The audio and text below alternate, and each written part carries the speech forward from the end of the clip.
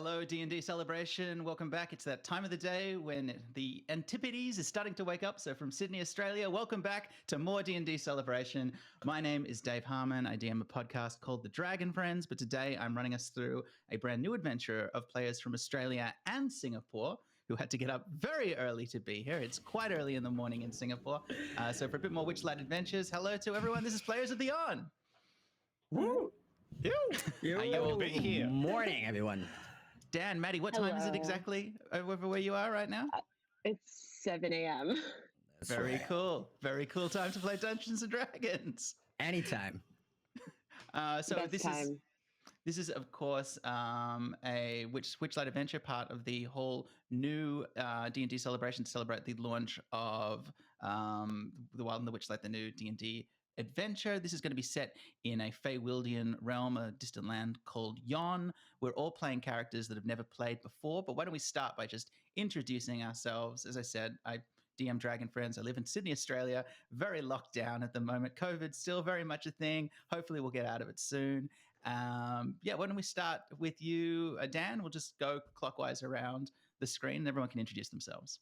All right. Hi, I'm Daniel. I'm from Singapore, and I'll be playing Danzoff, an elvish druid who is slightly on the emo side. He's 150 years old, so he's technically 15 years in human life. Yeah.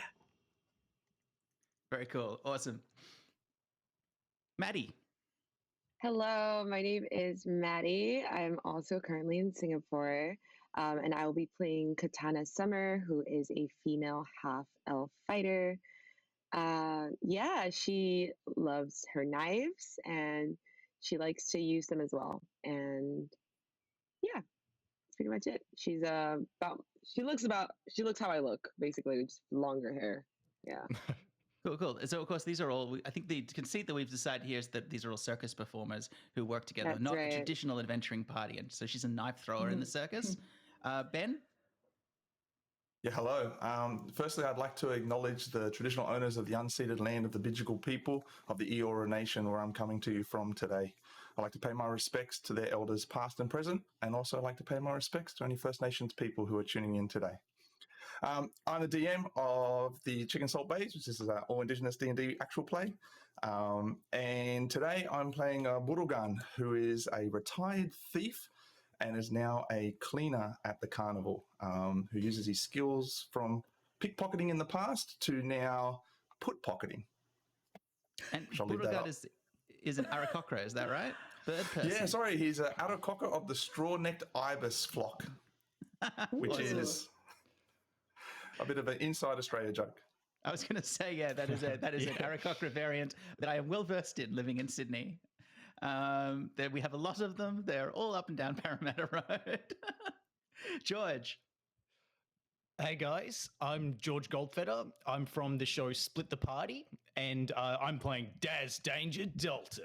And he is the Evel Knievel type doing all the big dangerous stunts for the shows. Cool. And he's a illusionist, is that right? An elven illusionist? He is an illusion wizard, and he's an Eladrin elf. Yeah, excellent. An Eladrin, very appropriate for the Feywild. Josie?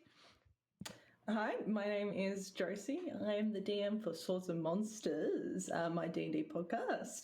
I am playing Shelby Salinger, the ticket lady, who happens to be a warlock, hexblade, half-elf, and she's a sullen-looking 40-year-old lady who doesn't like children, so exactly like me. So she decided to work in a circus because of her hatred of children. Yeah, she's questionable choices. I question my whole character sheet. She's poorly made. So, the thing that I've got to right away say that I'm a bit upset to discover now while we're live is I knew this sort of, I guess, vaguely, but it hadn't been quite clear to me that there are 3 other dungeon masters in this group, which is an uncomfortable energy to be live with, because I'm used to being the only person who's read the core books. So you're going to immediately see a lot of my lack of 5th edition know-how, and if I start talking about 3.5 edition or just making stuff up that would normally pass muster with the Dragon Friends, just please let me get away with it. I really need this. It would be very upsetting to be shown up in this All Don't worry, right. I'm loosey goosey with the rules most days. Yeah, no so it's all rules good. lawyers here. Yeah, Just No scared pressure. now. We're on the D&D channel, right? Like we've got to get it right. yeah. I know. All right. Well, let's do it. It's the last game of the night. Are we ready to play some Dungeons and Dragons? Let's go. Yeah. Yes. So, it has been 2 days since your employer and proprietor, Lemongrass Darby of the Darby Spectacular, left the city of Luskan with the rest of your circus troupe and friends. He left behind the 5 of you, told to stay behind to take charge of the purchase of a second-hand wagon that Mr. Darby had purchased just days before he left Luskan. Once you had the caravan, you were on strict orders to not tarry, leave the city of Sales behind by the south gate, and head down the high road to re-meet with the circus in Waterdeep. Now, it's not a glamorous assignment, and you're pretty sure that Mr. Darby will be angry when he sees the wretched thing that you have purchased for him. It's an old, broken down theatre wagon, smelling of mildew and rot, the stink of one too many seasonal tours. Inside, the owner has generously thrown in a pile of rotting costumes, props, set pieces from whatever overwrought tragedy that the wagon used to mount. You can see faded lettering on the side of the caravan that still is readable as it says, "The Wayward Sun Eclipsed, a Tragedy." There's just space in the wagon for the 5 of you, with 2 of you sitting on the front leading its sole old draft horse, an elderly mare called Polly. So after the purchase is made, and with less coin in your belts, you make your way down the high road to meet up with the rest of the circus. All 5 of you have worked for the Derby Spectacular for a few seasons now. You're all familiar with each other. You are not technically adventurers. Although you are experts in skills that could perhaps be useful for adventurers: a knife thrower, a druid, an illusionist, a ticket seller. All of these practical and applicable skills for the craft of the adventurer. So as you make your way down the high road, relatively empty this time of year, you leave early in the morning, and the mist from the trackless sea is still rolling over the highways and plains. But as the day goes on, instead of disappearing, those same mists seem to grow heavier and heavier, while the sun doggedly refuses to come out. Keeping Polly to the center of the road, you struggle onwards, hoping for a town or way station to wait out the bad weather, but no such town arrives, and the sun continues to hide. Eventually, and strangely, the road starts to rise as if you're heading into the mountains, which is impossible heading south. The highway that you're traveling rises higher and higher, with steep falls on either side of the road, getting narrower and narrower until you're not sure that you could turn the wagon around if you wanted to. Just when you're about to panic, huge gates appear out of the mist with flickering torches ensconced in them, while figures in billowing, huge, heavy coats stalk out of the gates and drag them to the side with a clanking of wood and steel. By now, there's a fierce electrical storm starting to whip up around you, and a bolt of lightning hitting a nearby mountaintop for a second illuminates what looks like a vast iron and stone capped mountain peak castle of improbable dimensions. The wagon is steered by your new handlers forward as all of you wonder where you have found yourselves, into what seems like a small courtyard, high up, far higher than you should be. In the middle of the courtyard, there is a small figure waiting for you, what looks like a goblin with a stylized cane carved with a jester's head and a heavy greatcoat himself. He looks at his stopwatch, his little pocket watch, looks back at the 5 of you as you uncertainly peer over the edges of your wagon. Close call, ladies and gentlemen. Mists can be treacherous, but you found your way to the Motherhorn. Our man will be very happy for the distraction of your play. Consider this your 5-minute call. The stage is set for your performance. And with that, he taps his cane twice, indicates to a pair of gates in the courtyard. And as you hear a clanging, resounding, slamming sound behind you, you realize that the gates to the castle have shut behind you. You are trapped in this courtyard. It is apparently 5 minutes till curtain, and our adventure starts here. Does he realize I'm a ticket lady? I can't do anything. Think I've already bought the tickets. Yeah, I mean, maybe you should help out Burra. go help out with the cleaning, get the area ready. None Yes. of you are traditional actors, of course. This expectation is a bizarre one.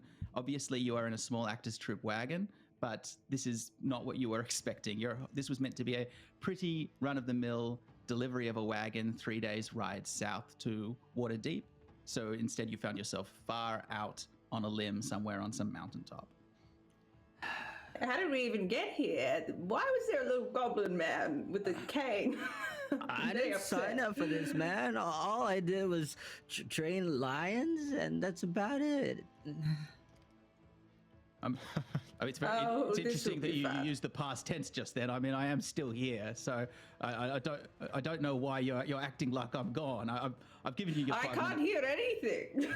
Well, yeah, that's just no, quite 5 rude. minutes. Mr. 5 Goblin, minutes will be ready. Mr. Goblin, sir, what is your name, may I ask? You can call me Stage Fright. I work for our mum, Creeping Lynn. I see to the revels that distract her from her laments and regrettable truths that haunt her day in and out. And I keep this mother horn running for her. And with that, he sort of indicates with the cane to this vast castle structure that you find yourself in. From time to time, she likes to scout talent. She knows it when she sees it. It seems that her creeping eye has found your little company. The play on the side of your wagon has interested her, and she would wish to see it performed. So now you serve at the pleasure of her company. Oh, well, no pressure. I better powder my nose double today. If you require access to our dressing rooms, that's fine, but the play will begin in 5 minutes. The call is there, the audience are filing in, and I run a pretty tight ship, but yeah, the dressing rooms are just beyond. And with that, he taps on a wall, and you can see that there's a door built into the side of the courtyard. Is All there right, any- everyone, quick! We got to get ready. Let's get our faces powdered, get your knives ready, Katana, and I think that we can get this circus on the road. Let's get this show going. I don't think you quite understand, Daz, but I'm just a cleaner. I don't have any skills to act. Those are skills by themselves. I mean, you could play a cleaner. I guess this that's is your true. time to sweep people off their feet. Aha! Oh. Oh, Dan's off.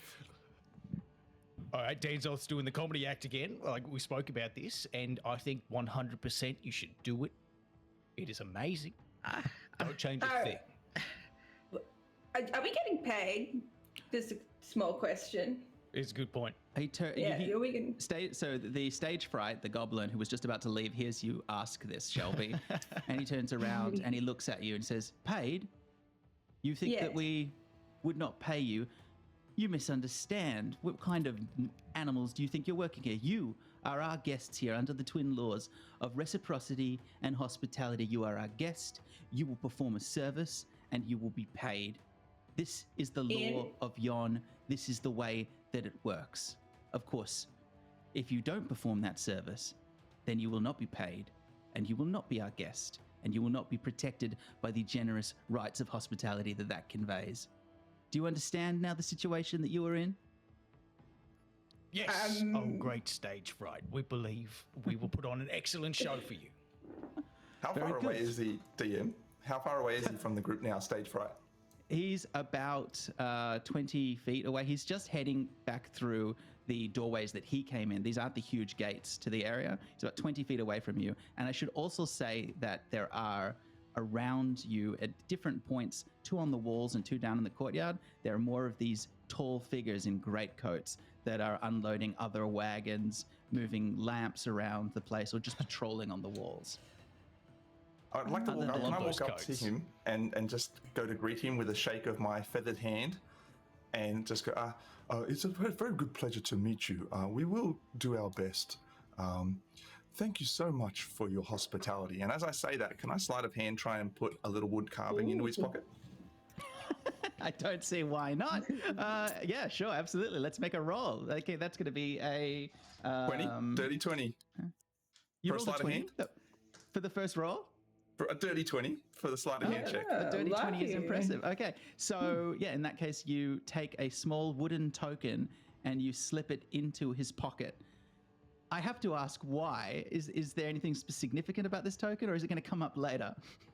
It'll possibly come up later.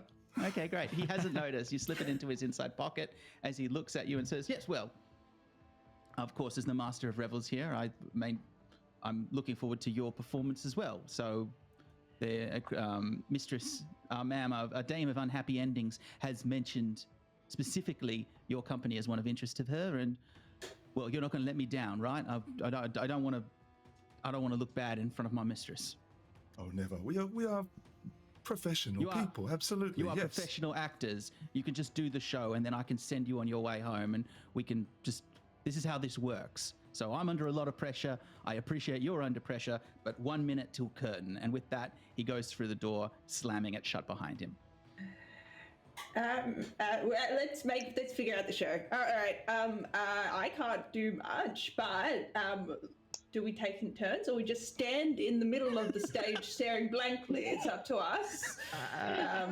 We got a minute to figure it out. You're making me realize that this is actually a nightmare I think I've had once. But yes, so you have the clothes that you typically wear on days off of the circus. You don't have many weapons unless they would make sense.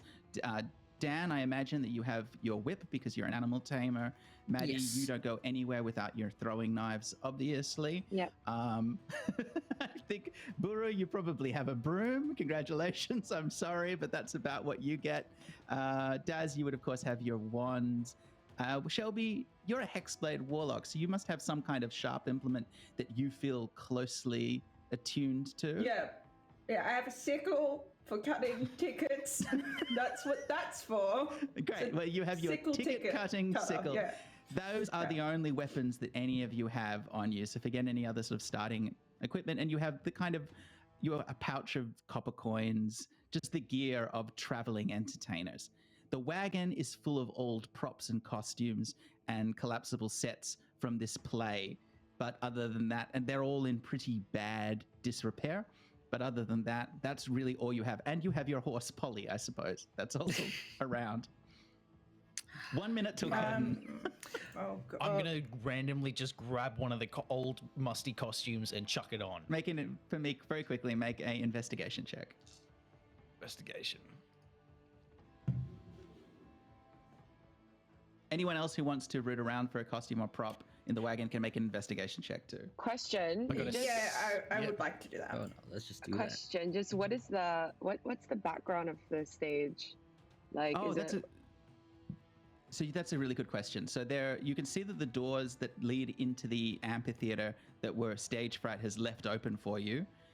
It's quite hard to see. There's heavy velvet style curtains blocking the way, but it seems like there's a vast open space on the other side.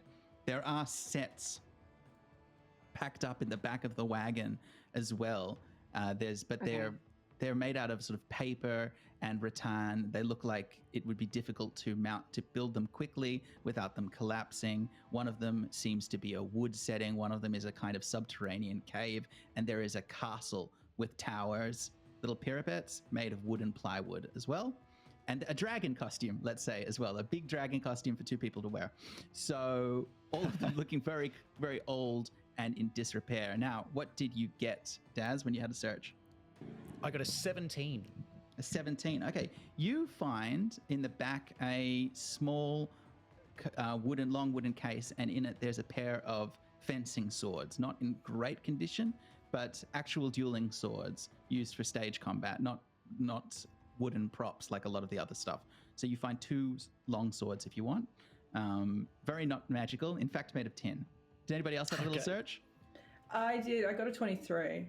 23. You find Lucky number 23. Lucky number 23. You actually find what looks like a old cloak that is wrapped up in a bedroll, hidden in the back of the wagon. That looks to be of much higher quality than anything else. And as you pick it up, you realize that it's a cloak of many fashions. So you can use that if you want to mimic any style of cloak or outerwear when you wrap it around yourself. It's an actual magic item that someone had overlooked and left in the wagon. Daz, I have a cloak that I think you'd very much like. It means that you can dress up and do whatever you like to do. Yeah. Just try it on and have a good look. And I was thinking, Bura, dragon costume. We don't really do anything else, so rock, paper, scissors on who's the bottom. Absolutely. It's a bit hard with this hand, but yes, let's go. All right, let's go. Oh, okay. So it's rock and feathers. Paper. Rock, paper, feathers. Aarakocras always go paper. It's a thing we know about Always Aarakocra. Always paper. All right, I'll be the head. You'll be the butt. Let's go. That's fair. That's fair. Sorry, Buru, you're the bum. So the two of you get into the quite awful dragon costume. Maddie and Dan, what are you up to? I'm still nervous. I'm having a mental breakdown. I've never actually performed. All I did was just whip the lions into shape, and that's about it. So you are a druid. Okay. Are you? So you're just having a nervous breakdown in the corner. That's fine. Yep, Maddie. I see that Danzoff is completely hyperventilating in a corner, and I say, Danzoff, I need a victim. I mean, a model for the knife show. Can you just help me with it?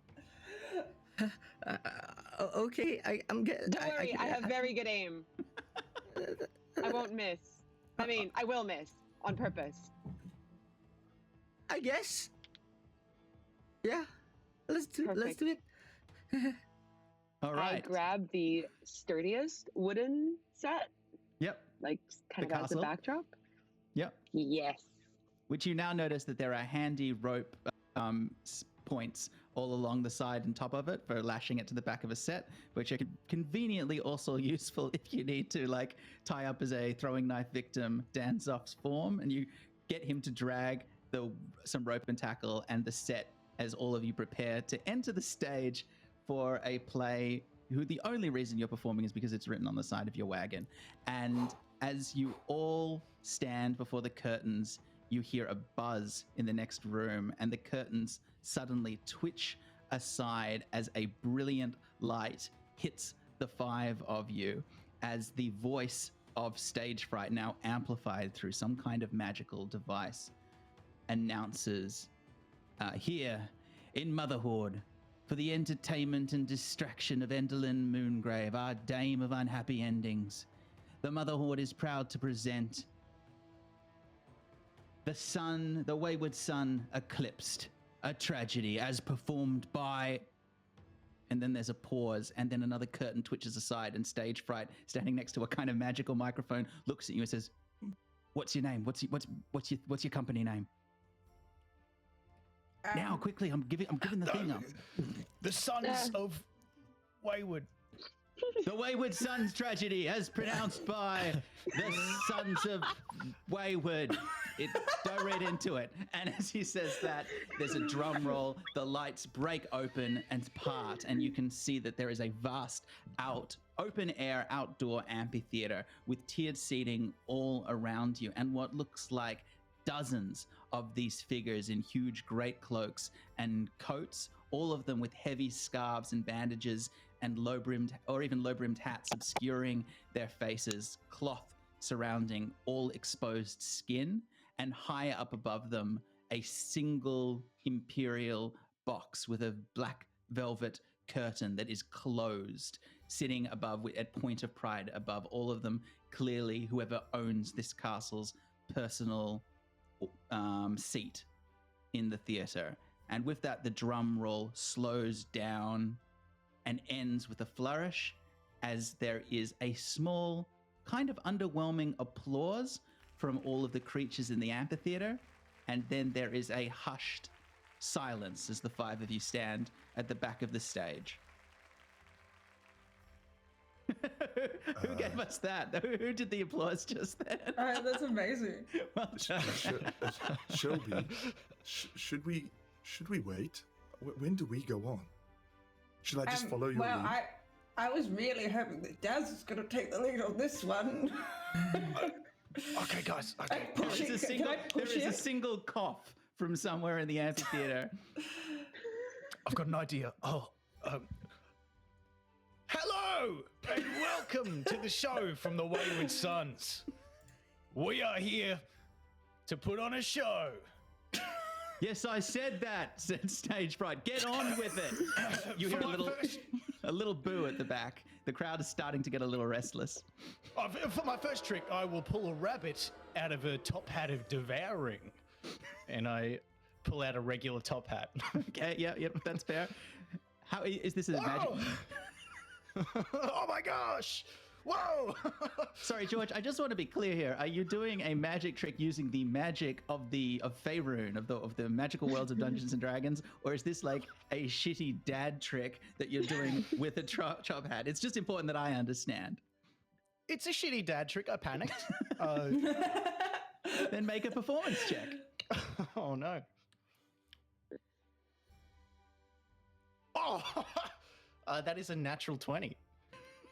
That's really upsetting for me. Okay, so It is.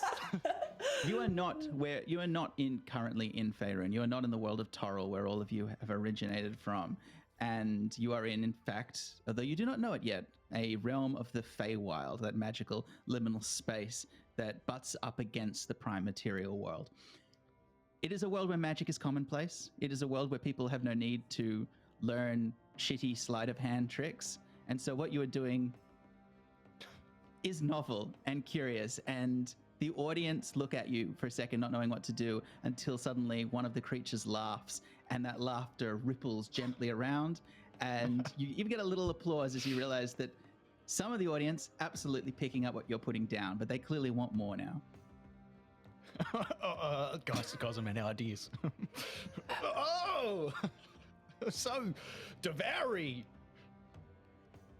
Yeah, that gets much less approval. Doing the same trick twice in a variety show does not go down well at all. And they look like they're about to do it.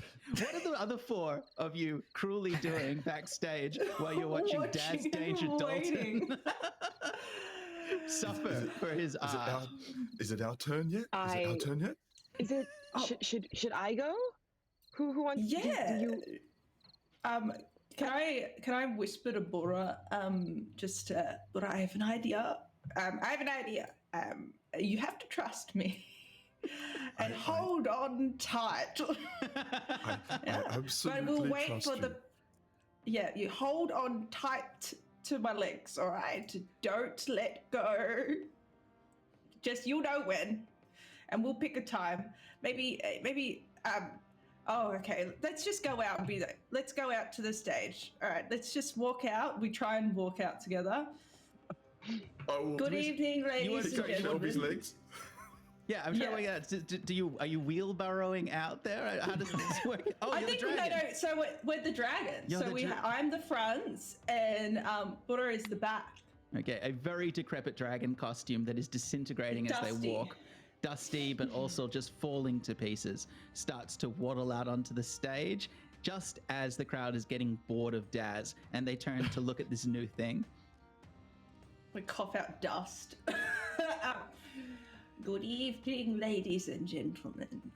I am the ancient dragon, Glenn. We are here to tell mysteries. Okay, yeah, tell mysteries. Yeah, you're doing good. And unlock the power of time. But before that, I will show you that I can fly. I cast fly on myself and try and go up with Bora holding on. And I will just flap my wings, but I'll try and poke them out the costume where it's breaking. Yeah, and, okay, so... And just fly with, maybe into the wings if I can, but I'm not sure if I can from the back. So picture, if you will, the stage is set and the theater lit by light fantastic as this kind of strange dragon creature waddles onto the stage in a quite ungainly, unpracticed fashion and announces that this is a play and that it's going to fly before sort of I imagine fishing in its mouth for some kind of magical wand, pulling it out, trying to get an angle on itself, zapping itself with a fly spell. Maybe not a wand. Yeah, it's just like rummaging around inside of it. The hex blade. So I imagine you have to use your sickle as your magical focus, and then starts to float up into the air before the sides of the dragon's hips burst open like wounds as ibis wings erupt from the side of it, and it sort of floats a little bit above the air before collapsing in a heap on the side of the stage. Make for me, both of you, a performance check. Thank you. All right. I turn to Katana and I say, I hope they're coming back. That was a 12. Okay. And Guru, a what did five. Five Okay, for great. me. Dan, Maddie, what is Danzoff and Katana doing while this beautiful art is happening on stage? While all of the horror is unfolding, I think I was halfway out with my set, and then I saw them try to fly, and then I just turned around, looked at Danzoff, and said, "I really don't think we should follow up with this." The most brutal thing that you can do is just leave them on stage. You know what? We could do a comedy act. Let's try that. We could distract the audience. Yeah. I'll just hit them with a few dad jokes of mine and see whether it will get them laughing. Yeah. Okay, I'll quickly put the setup. Can I just quietly move behind and just put my setup while they're trying to fly? You absolutely can, but I think while you're doing that, Danzoff is walking onto the stage in an ill-advised attempt to save the day. Yes. So I asked my dog, "What's 2 minus 2?" He said nothing.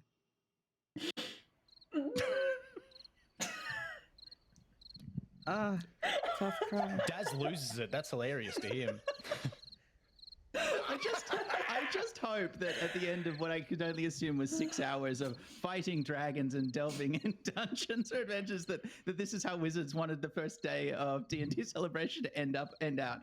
All right, so the audience don't quite know what to make of that. You rolled a 12 and a 5. Is that right, Buru and Josie? Ben and Josie? So Right.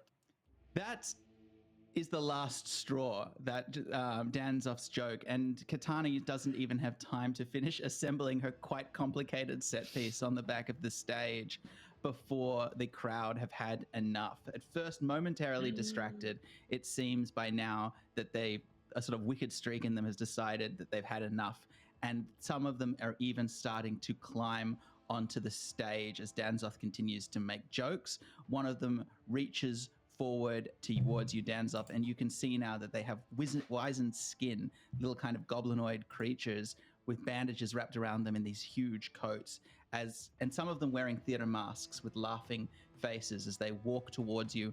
One of them grabs an old knife that you hadn't noticed, but there are stage weapons strewn around on the stage, and starts stalking towards you as inside the auditorium, the amphitheater, other little darkling creatures start cheering as they see him on. And obviously this is a finale that they are all well versed in as the creatures begin to pick up weapons. I'll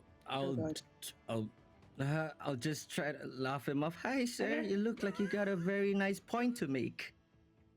Okay, and let that be potentially the last thing that you say in your life, because as he looks at you, you see he has a huge grinning mask, and he takes it off, and the bottom of his unbandaged face, wizened as it is, has the same toothless, giant, grinning smile as it grabs the dagger, spins, and slashes at you as the darklings on the stage begin to attack, clearly thinking that this is their part to play in the fight. And can everybody roll for me quickly initiative?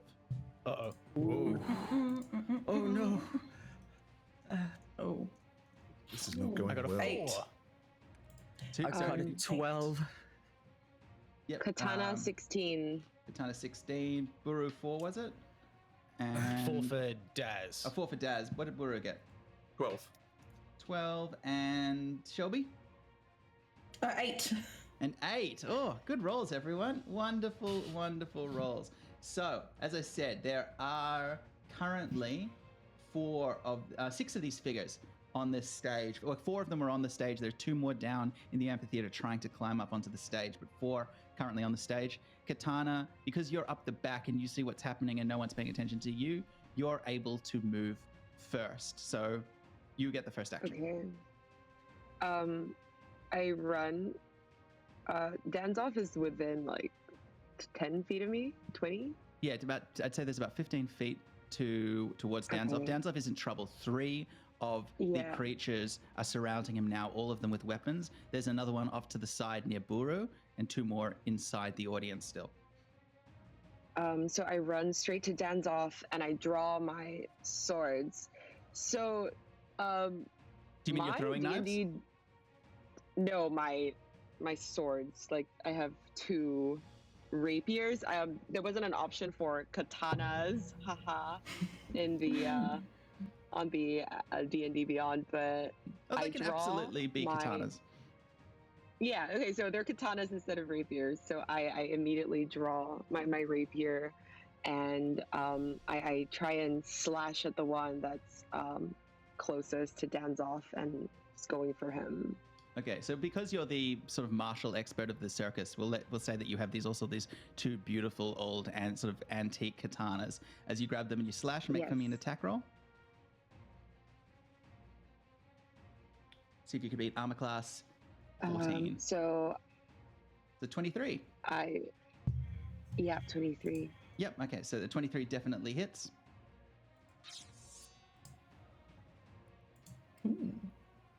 You want to roll the damage for it as well? Yeah. Okay. 9. Okay, 9 points of damage. So you lunge forward at the last minute to protect Danzoff and cut through the coat of one of the darkling creatures, and you can see that their entire body is wrapped in more of these bandages. But as the coat falls open and some of the light of the moon shining over the mother horn shines down, their skin seems to sizzle and they sort of scream in pain and rage as they turn to face you. And the next one up is Buru. So there's one that's near me. Yes, there's one of them is much closer to you and is heading towards you. And I'm still in the dragon suit? I'm still in the dragon suit. You are currently entangled in a dragon suit. You have brought your broom into the suit with you as well to sort of waggle the tail. But that's the closest thing that you have to a weapon. This creature has an old, rusty-looking cutlass as it's moving towards you. What will it take to get out of the dragon suit? It will take a dexterity check to get out of the dragon suit. If you can succeed in a DC 15 dexterity check, it won't take your entire turn. Do you still have... Does Fly still last? Or have we lost Fly? You are an Aarakocra, so you have an actual flight speed. So you if I take off fly. though, will Shelby come with me? Are we still entangled together? If you make a strength check instead of a dexterity check, I'll let you rip the dragon suit apart. If you want to be able to have a little bit of freedom of movement. Otherwise, the two of you are currently inadvisably tied together in an old, moldy, decaying theater's costume. I think I need to get out of here, Shelby. I'll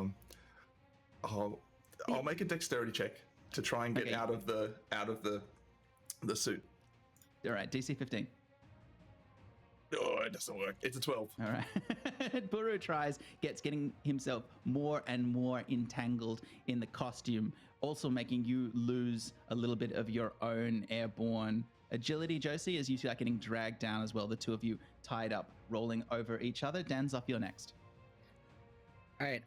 So how close is the being from me? Two of them are now facing you. One is just about to lunge forward and hit you. The third one has been distracted by Katana coming in on the side.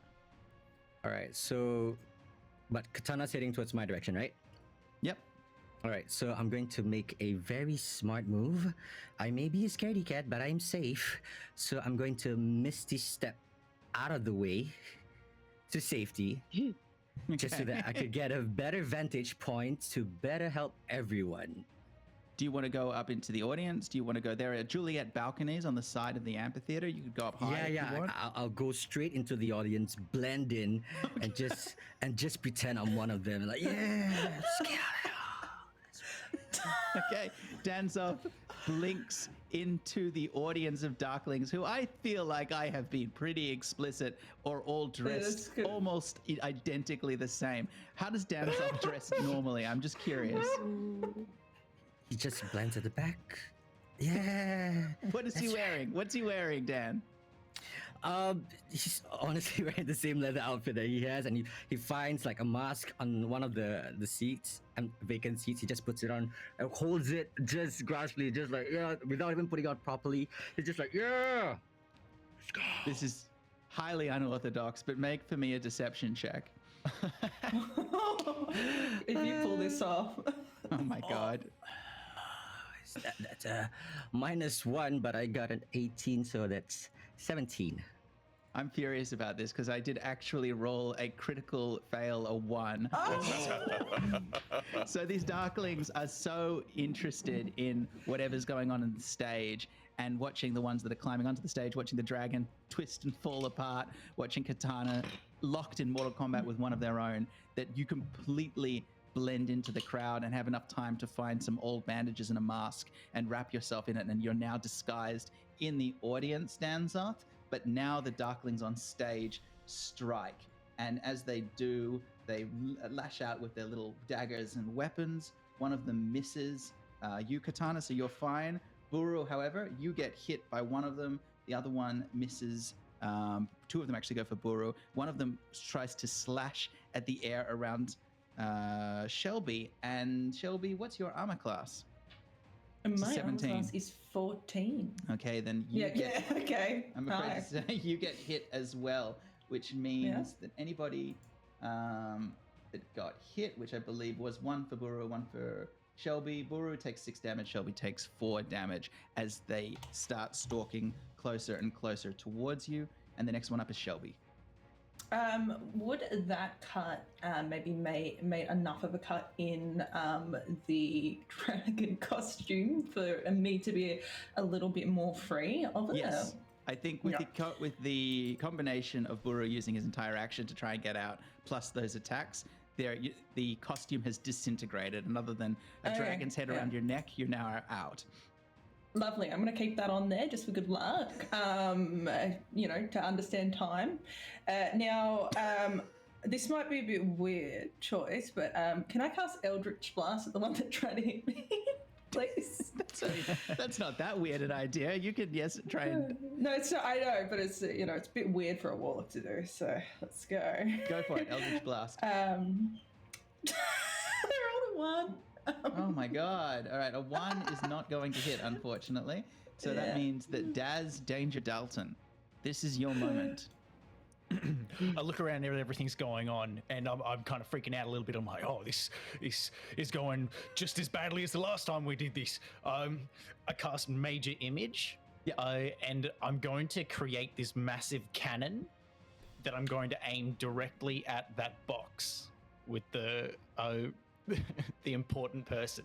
And I'm going to say, everyone's going to sit down and enjoy this show, or I will fire this magical cannon that shoots very real bullets, and it'll do a lot of damage.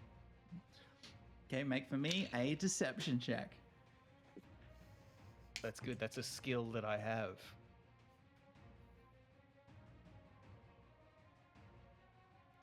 That is a 6.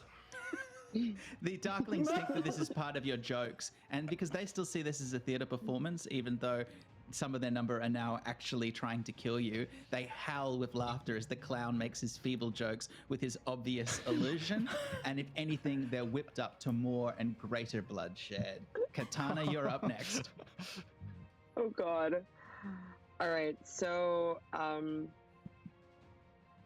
what it was previously was that I think like when the moonlight hits like their skin, they shrieked in pain or something. Yeah, is that what that's happened? right. Sunlight.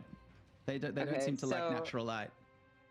All right, so the guy that's whoever that creature is that's coming towards me, I realize he shrieked or they shrieked, and I cut open, I try and slice open whatever coat or bandages that they're wearing. Mm-hmm. Okay. I'm not trying to kill them. I'm just trying to naked them. Yeah, all right. That's kind of expose them. Let's make an attack with advantage because you're not trying to get under their defenses in a typical way. So you can Okay. roll twice and get the highest answer. Right. Oh, that's a 19. All right, at 19. So you won't. I won't even make you roll damage because 25. this is just cloth. Okay. So you cut forward and you Yeah. slash through this large kind of raggedly duffel coat that this creature is wearing, and a huge section of their coat falls to the ground. And you see more of these bandages haphazardly bandaged around their body as they shriek in pain, grab their mask and try and hold it to their face as you hear this awful sizzling sound as they reach towards Ooh. you, and smoke starts to come out from their body. And I need you to quickly make for me a dexterity save because it suddenly lunges forward to Okay. try and grab you. Ooh. It's just DC 10.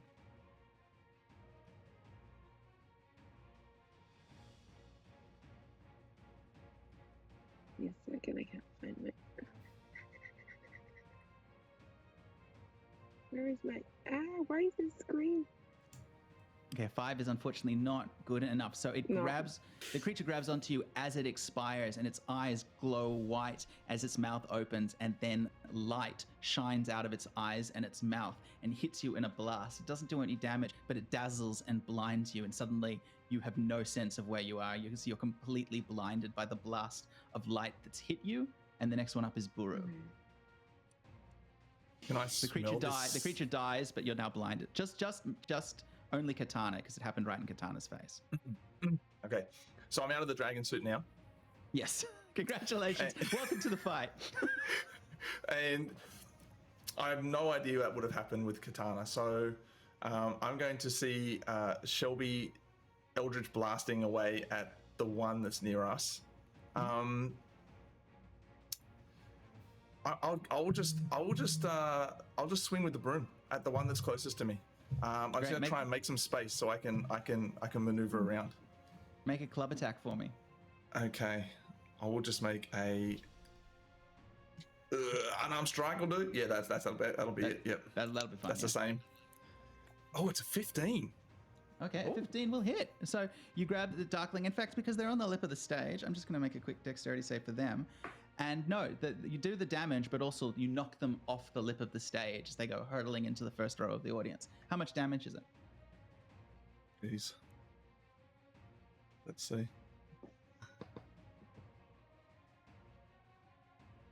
Oh, it's going to be 4 points of damage.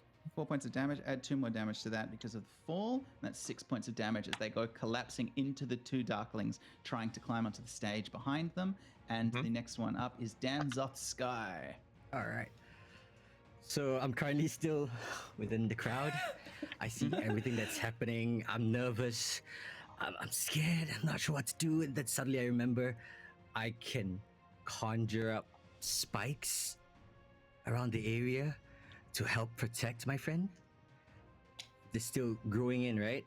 The crowd is still moving their way in, right? You're right in the center of the crowd right now. All right, so I still haven't been found out yet.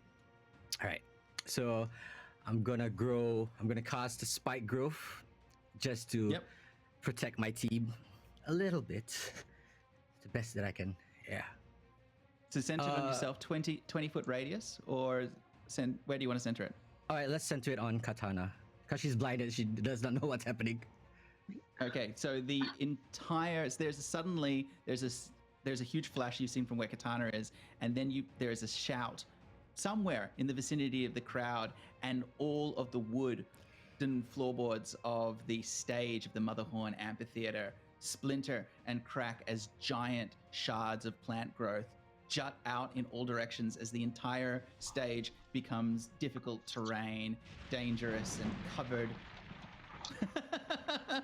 with these not just these sharp plant tendrils, but also splintered and old timber boards. So it's now become a very dangerous place to put on a play, but you've certainly destabilized the Darklings, who are suddenly looking much more unsure of themselves. One of them tries to move across the stage, but of course, every time they move, they take 2d4 piercing damage. So that's another 7 points. And the one that tries to move towards Katana No, that one's already dead. But another one tries to move forward, takes 7 points of damage, falls forward onto its knees, shrieking in pain as it takes the damage. Another one tries to move towards Daz Danger Dalton and takes themselves 5 points of damage. They're still making their way towards you doggedly, even as their coat is being ripped and caught and snagged in these boards. And they get towards you, Daz, and they slash at you with the rusty cutlass that they've got, rolling a 21, which I imagine would hit. Yeah, that feels like it would hit, I'm sorry to say, in which case you take 8 points of piercing damage from the attack. Now, Shelby. As the floorboards crack, sorry, Dave, can I give my reaction to, am I in that? Is Shelby and I in that radius? Yes. Can I use my reaction to just fly, like off the ground? Yes. Because I didn't use any movement last turn.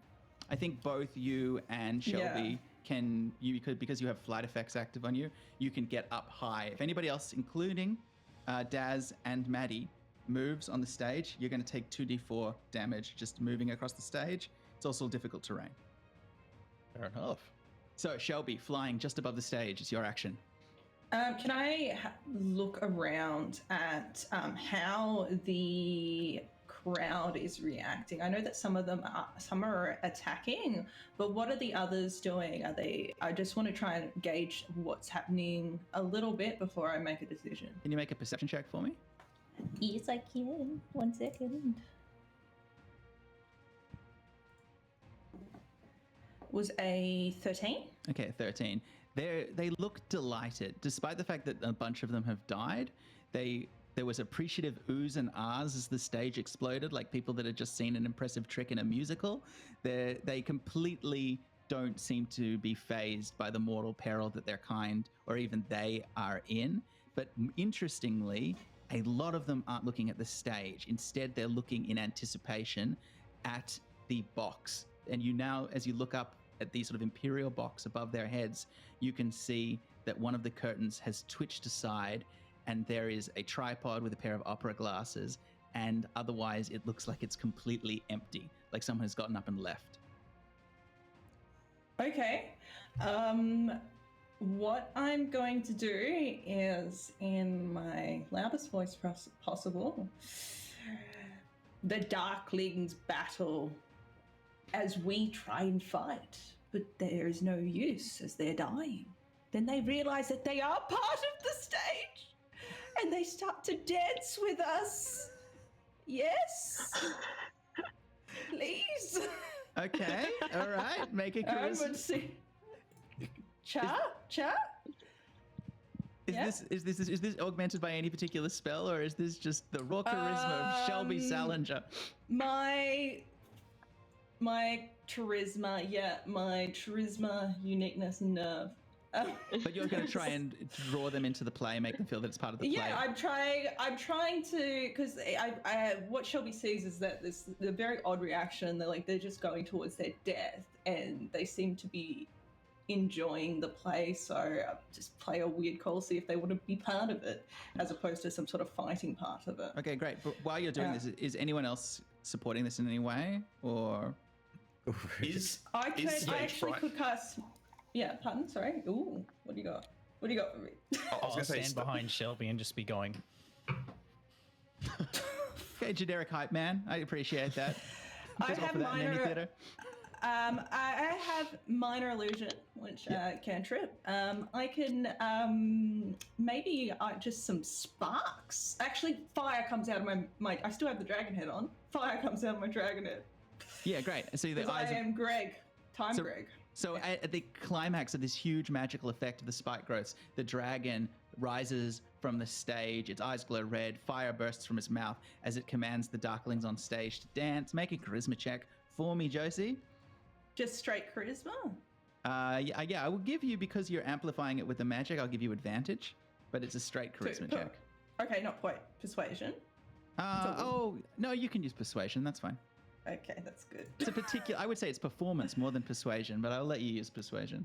I got 19. Okay, it's not going to matter what you use. That's enough. So the Darklings whoop and holler as they begin to dance, and more of them crazily start to try to clamber up onto the stage, even as you can see them cutting their arms and hands, tearing them apart as they start to pull the entire lip of the stage apart as they try to take part of it. The ones on the stage are eviscerating themselves. It's quite horrific to watch, and you can, like flash pots going off as they die, you can see these bursts of light flashing, creating a kind of disco effect, if I'm honest, in the room as Darklings expire one by one around the auditorium, while Danzoff sits at the back just grinning to himself, having no idea that this was going to work as well as it had.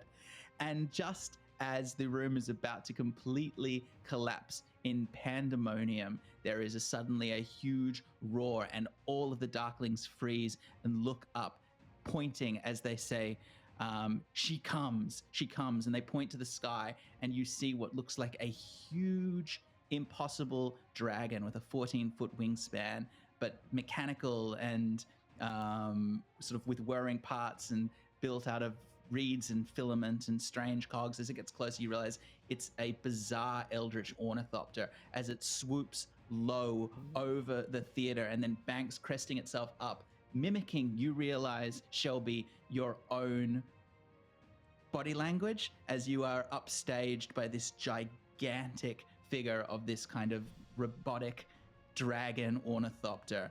And standing at the back of it, mounted onto what seems almost like a turret at the top of the dragon, is a creature that you can see that looks about 8 foot tall, wizened, thin, and skeletal, with at least 4 arms coming out of a black funerary dress with a long veil that seems to be puppeteering the dragon as she stands up and flourishes her hands with the strings coming from them that make the dragon's entire wingspan flourish itself outwards as she breathes a blast of compressed steam. And then as the steam fills the entire amphitheater, whooshes through it and disappears as the Darklings howl and scamper to hide, all of them darting through the exits until you are left alone in the audience banks, Danzoth, and the ruined stage with nothing but the dead corpses of a few of the Darklings around you remains. There's a pause in the empty room, and then a figure comes out from the curtains behind it, stage fright, and he goes, "And so that's the play, is it? That's how it goes?" Yeah, it's up to interpretation. Ta-da! I mean, yeah. Ta-da! It's So he immersive does- theater. Right. Oh, it's like Sleep No More. I get it. So he does. You have to be really intelligent to get it. Yeah. Yes. So it's So do you get it? yeah. I think I get it. It's Yeah. it's a metaphor for Pain. Society. is it pain or society? Because you said pain and you said society at the same time. The pain The of pain society. of society. Society is Oh, pain. Yeah. Yeah. That's deep. Why is it called The Wayward Son a tragedy? There was a dragon. I saw the dragon. Who was the Wayward Son? All of us. Oh. Yeah. We're all brothers. Well, I like the bit where you destroyed the theater stage. That was impressive. I've obviously got a lot of work to do tonight now to get this ready for tomorrow's performance. But yeah, no. Well, I would say the reciprocity of your act warrants a night's lodgings here at the Motherhorn. I'll see you to your quarters. In fact, Gaffleby, he says, and another little goblin in a shorter coat comes. He says, take them over to where we've put those mummers from the Cabaret Rossignol. They'll bunk with them tonight. We'll see if we can get them more permanent lodgings in the mornings. The rest of you, don't go anywhere. I'm sure there'll be notes. And with that, he sort of walks away to try and find, as a goblin crew come in with little carpenter's tools and start desperately trying to repair the stage. As Baffleby, the little goblin, looks at you. He's got a little torch. He's like, "You do best come with me." Oh, All right. Okay. Yeah. yeah. All right. So he. Hey. Does anyone else feel like vomiting? That was awful. Are we staying here? We don't get to go home now? Oh, I This is don't. the best we've ever done. I don't think you'll be going home for a while. You've succeeded what all actors truly dream for. You found yourself a patron. You see, the mistress, the dame of unhappy endings, She liked your show. That means that you're going to be installed in our theatre for quite some time. So congratulations. He looks at you like he thinks that this is something you should be quite happy about. I start shaking everyone's hands. I'm like, well done. We did it. I'm still Guys, I confused. don't think you need should be better so happy about costumes. this. I take out a stick from my coat and I'll be like, oh, guys, I guess we did stick the landing, yeah? No. Well, that's obviously acting terms, and I don't understand what that means. But anyway, here are your lodgings. And as he says that, he opens the door and says that the 24 spectacular tumblers of the Cabaret Rossignol used these rooms, but due to downsizing, I'm sure there's space for the rest of you now. And he sort of laughs at his own little joke there and says, also, notes from our dame will be provided in a few minutes. I'm sure she will want you to make sense of them before tomorrow's performance. I'll be back with some food in a few hours. And with that, he heads out. So Did he have say to do- hours? Okay, a long time. you find yourself Yeah, I am hungry. you find yourselves That's in rude. a dressing room. There are mirrors on the walls, low banks, there are trunks for equipment, and also some cots and even hammocks slung up in a corner, as well as a bit of gym equipment and just some general tables and lockers. The whole thing looks like quite a public space used by a few people. It looks like it would house about 20. It's a sort of dormitory sized, but it's very, very empty. You can see that there are two figures at the far corner, two little halflings that are sitting studiously putting on white face paint in the side of the room. But other than that, the entire room looks empty.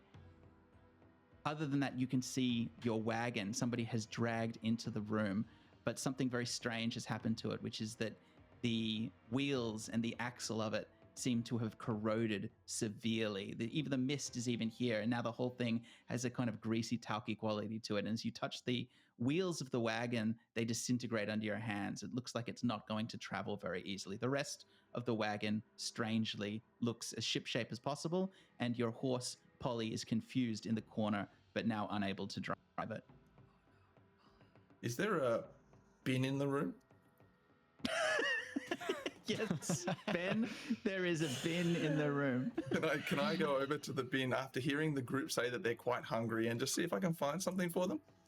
All right, poking your little ibis beak into the bin, you look around inside and you find that there is garbage. There's some bread. There is what looks like the remains of a stew. And yeah, It's a bit hard to I pick suppose up. even... Well, I think I've seen ibises in the city, and I think you could probably manage. But yeah, so you start rooting around and grabbing sort of food out of the bin. The others, you can see that there are some trays with some half-eaten bread and food, and even a little bit of cheese by the side. And a moment later, there is a knock on the door behind you, and you hear a thump on the ground. I got this for you, everyone.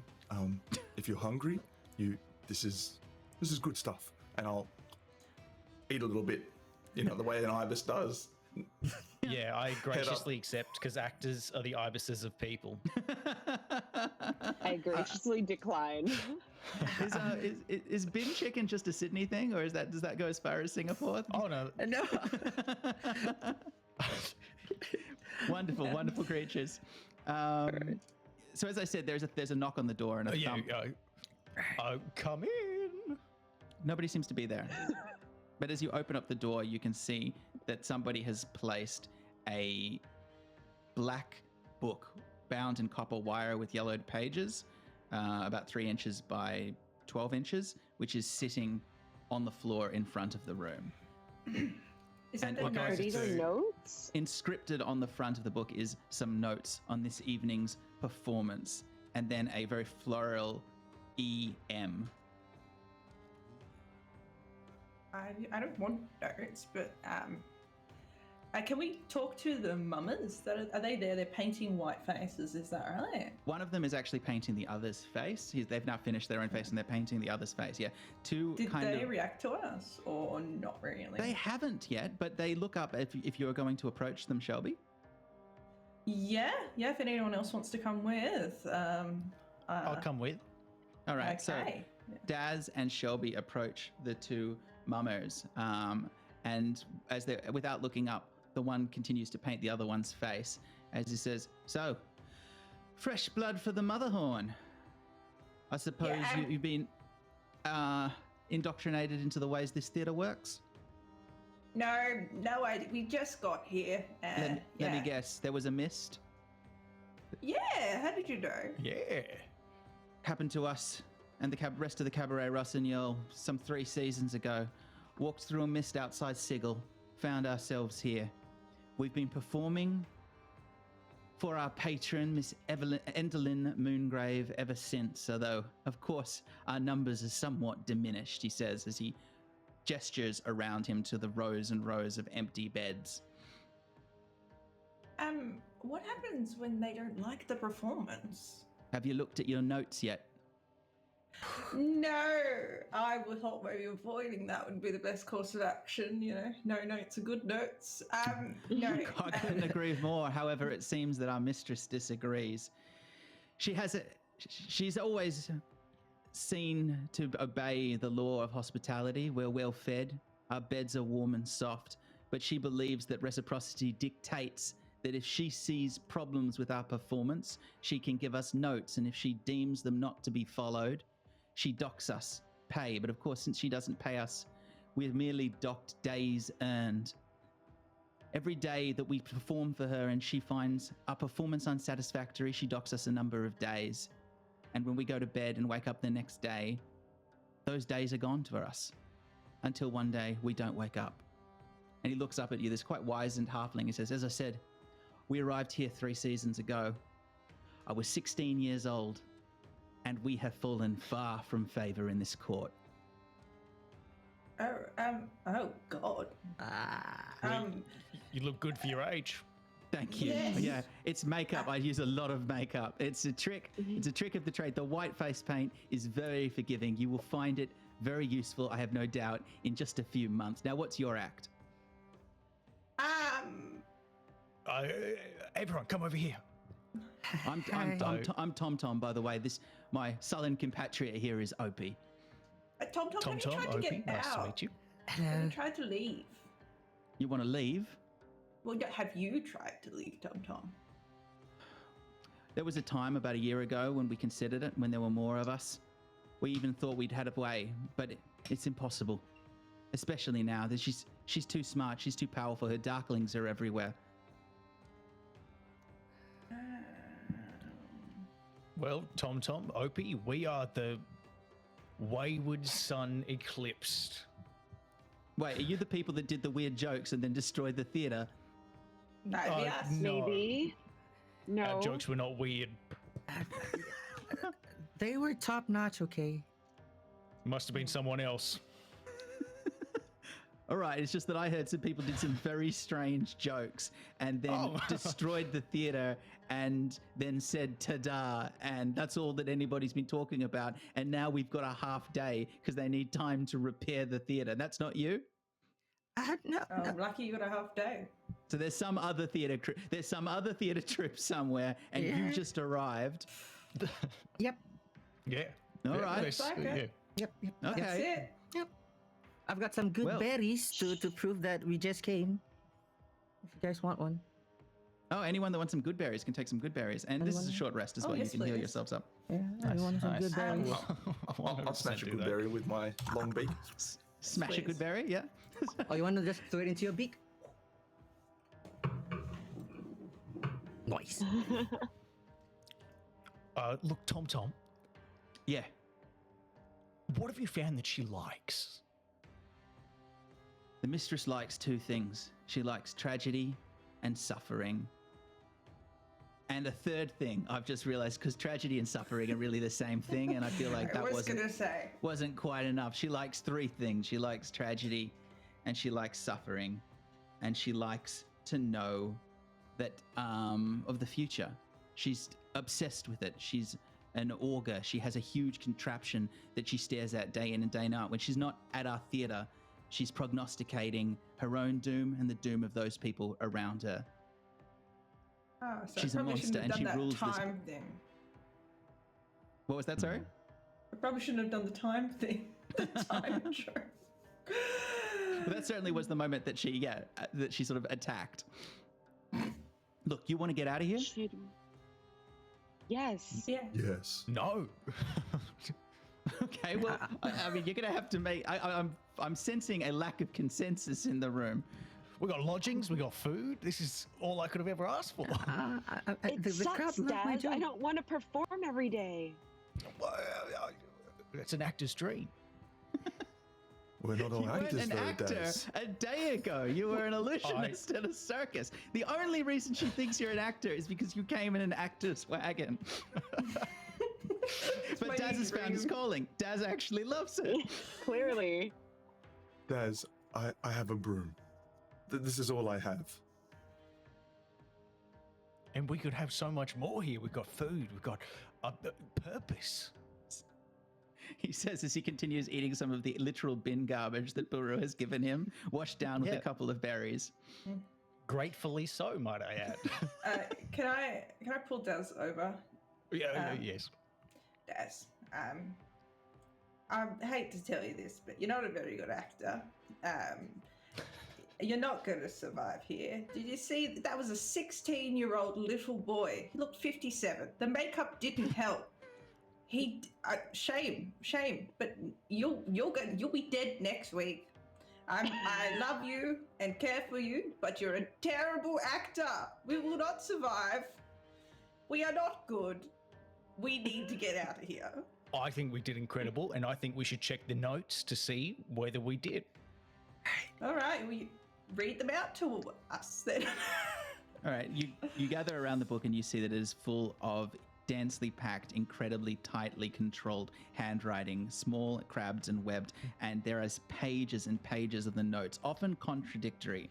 At some points, it seems like she improved of the flying, and then she says that she doesn't want you to fly anymore. She says that she doesn't understand the narrative of the play. She both likes and wants more jokes and suggests that it should be a tragedy and the jokes distract. She likes the dragon and she wants more dragons.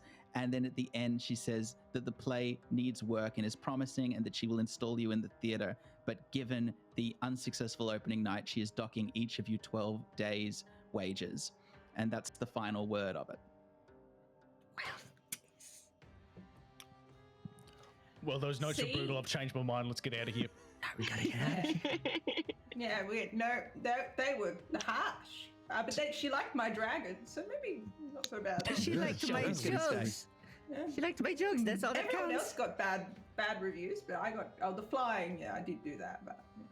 Tom looks at you and he says, look, before she passed, Rikiri, who was a couple of years older than us and was one of the first to die, she believed that there was a way that we could get out of here. And he walks over to a window and he beckons you to all have a look. And you can see for the first time the landscape of the world that you find yourselves in, which is a world called Yon. And it's a towering spires of rock jutting up in sort of harsh and angry angles, surrounded by this ever-present mist and a lightning storm that never seems to end, that is constantly being ground by these huge lightning rods that are just poking out of the landscape, all of them forming a lattice network out from the castle that you're in, bringing electricity down into the castle. And he points beyond the lightning rods, beyond the storm, to what looks like a distant mountaintop that has 8 peaks on it. And he says, over there, Rikiri wasn't sure, but she thought that that might be a set of Fey beacons. She's a Ladrin and she knows this world better than most, and she said that if they were lit, they would form a portal that could take people back home. But as you can see, to travel there, you would need to travel through a storm of lightning, past jagged mountaintops. You would need to be able to fly. You would need to be protected. And worse, there are things out there, creatures. We hear them screeching at night, and they surround those beacons, and you would have to find your way through them. And that is assuming, of course, that the dame herself, Creeping Lynn, didn't find out you were leaving, because if she does, she'll follow you on her ornithopter, and if she finds you, well, I mean, Opie tried to escape once, and it didn't go very well for him. And this quite quiet figure who was having his makeup put on with his hands resting in his lap turns and looks at you and very carefully and quietly raises his hands to show you. And where his hands should be, there are just marionette puppet hands on little articulated joins. And Tom Tom looks and goes, doesn't affect his tumbling. Makes the makeup just a little bit more difficult.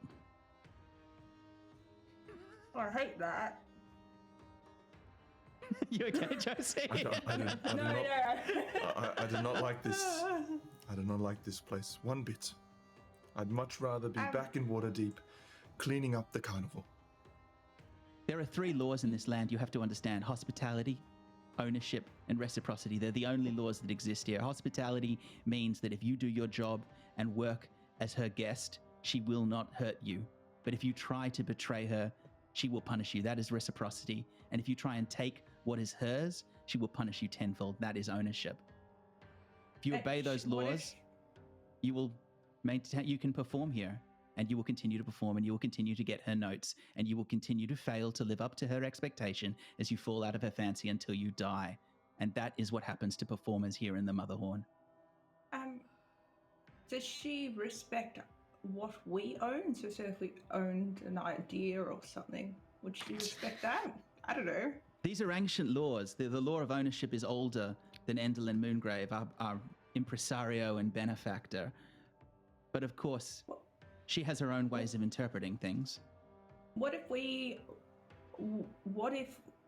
the dame took us to the lights? You wish an audience with Endelyn Moongrave? No. What if we said we had something she wanted, that we owned something that she wanted, and it was passed back in our realm? You have something back in your realm that she wants, or you would trade her something? Yes. No, don't just say yes. What, maybe. I'm confused.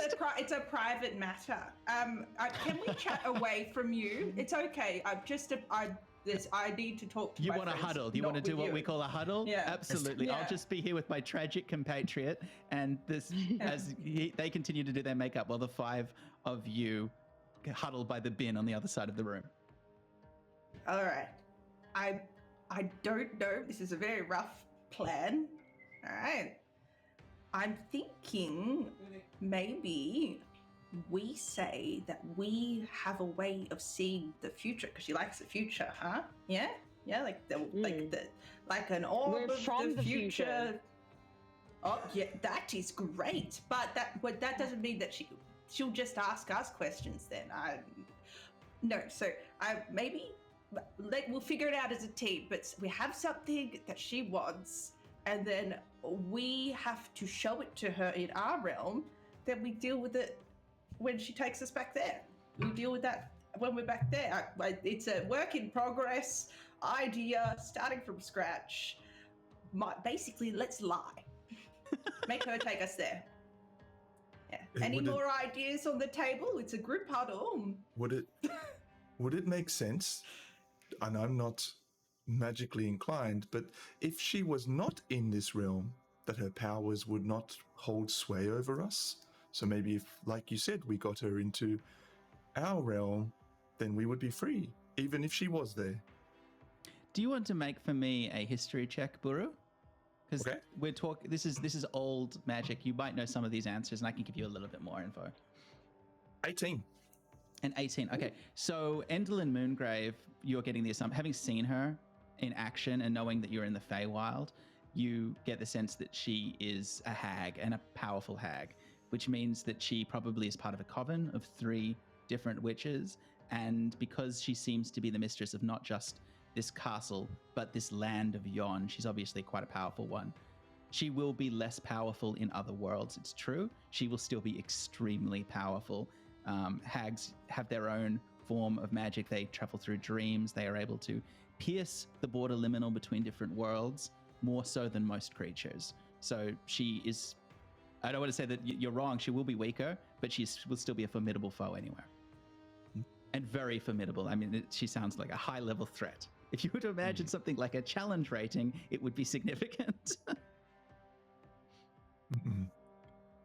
We may need help, though. She seems quite powerful. But we could trick her, perhaps, into We need letting to do us do our next play at the Spires.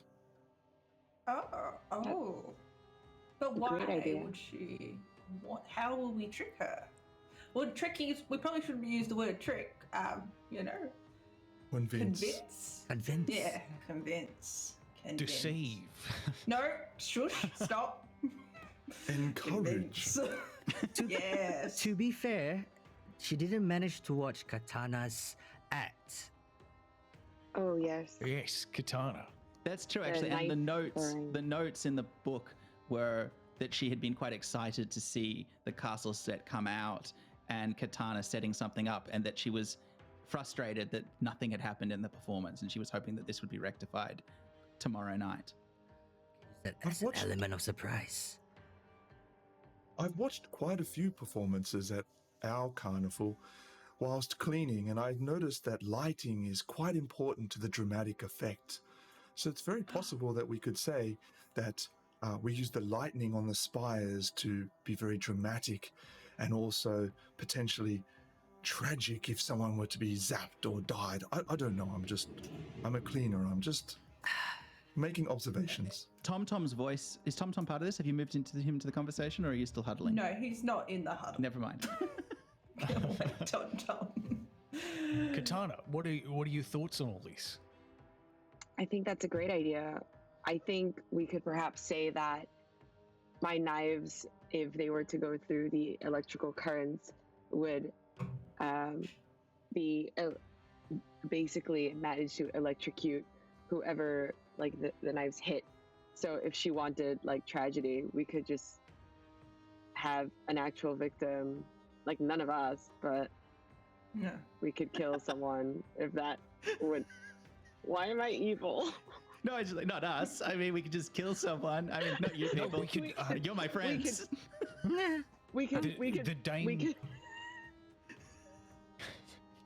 She loves tragedy. Why don't we combine our acts? You can throw your electrified knife at me, and No. We could. no, can tell I'll her. create an illusion of myself. Okay, there is a knock. Yes. At this point, even though you're still talking, there is another knock on the door. Time moves very strangely in this castle, and it's moving faster than you realize, because there is a rap and the door opens and you can see Stage Fright coming back in. He has two little goblin helpers and they have trays with fresh food. So anybody who ate from a bin should just know that they did bring you fresh food like they said they would. And they lay out the trays as Stage Fright looks at you and he says, "The theatre is in a right state and you've interfered with the electrical equipment, but I'm going to do my best to try and get it fixed. In the meantime, do you need to requisition anything for your act tomorrow? Pixie dust, practical effects, costumes. I'm also the production manager of the Motherhorn, so I can help you out any way you need." Oh, we need a new. We've got a new idea. Yeah, For a funny you should stage. say that. His eyes light up and he goes, "You're going to take the ma'am's notes? That generally puts her in a better mood." Yes, well, Yes. Katana here has an incredible act idea. Tell him, Katana. In order to achieve the true potential of my act and to really wow and impress the audience, I will need to do my performance on top of the spires. The Fey Beacons? Yes, to harness Yeah. the lightning, so to speak. Yes, it is an ancient art form commonly practiced in my side of the mountains. It is necessary for this act. Death may be involved. Will It's be very involved. tragic. His eyes light up at the word of death, but it's going to take a bit of persuasion. Now, you're all helping, so with advantage, Maddie, can you make for me a persuasion check? Ooh. Oof.